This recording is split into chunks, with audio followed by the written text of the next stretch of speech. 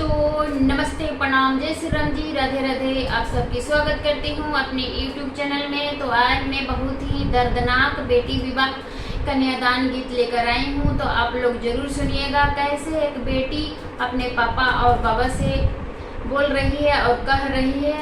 और आप लोग जरूर सुनिएगा क्या कह रही है। एक दर्द भरा बेटी अपने पापा से क्या बातें कर रही है। चलिए मैं सुनाने जा रही हूँ। कैसा लगेगा कमेंट बॉक्स में लिखिएगा आप लोग, और शुरू से लेकर अंत तक सुनिएगा। चलिए मैं सुनाने जा रही हूँ। काहे खातिर मोरे बाबा या मामा लगवल हो, काहे खातिर घनी बांसवार,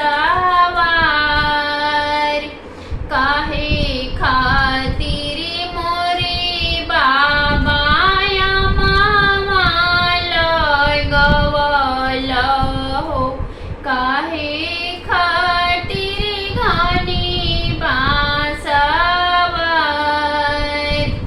खाए खातिर मोरे बाबा धिया जनमवल हो, काहे के रखेल कुंवर, काहे खातिर मोरे बाबा धिया जनमवल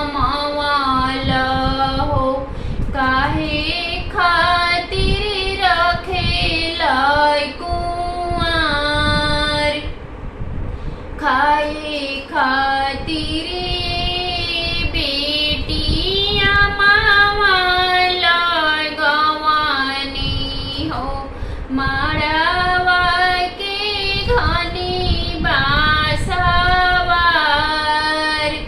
खाए खातिर बेटिया मामा लगवानी हो, माड़वा के घनी बांसवार, जंघिया पवित्र बेटी तोहके जनमवनी हो, बर बिना रखिल कुंवर, जंघिया पवित्र बेटी तोहके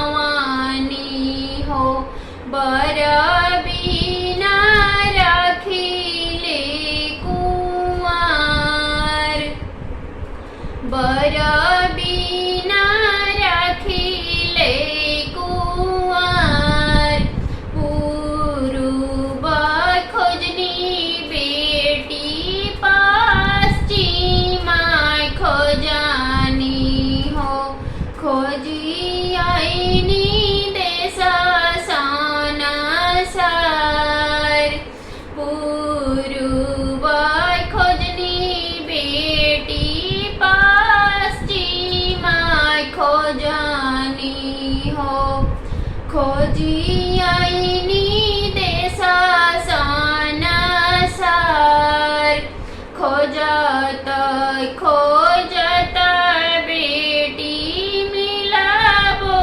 जे कइले हो, मांगेले दहेज 6 लाख, खोजत खोजत बेटी मिलाबो जे कइले हो, मांगेले दहेज 6 लाख, दुआर से आवेले भैया हो, कौन भैया सुनी बाबा बचन हमार, सुनी बाबा बचन हमार, जनी बाबा सोचहु, जनी बाबा विचारहु, जनी करा मनमा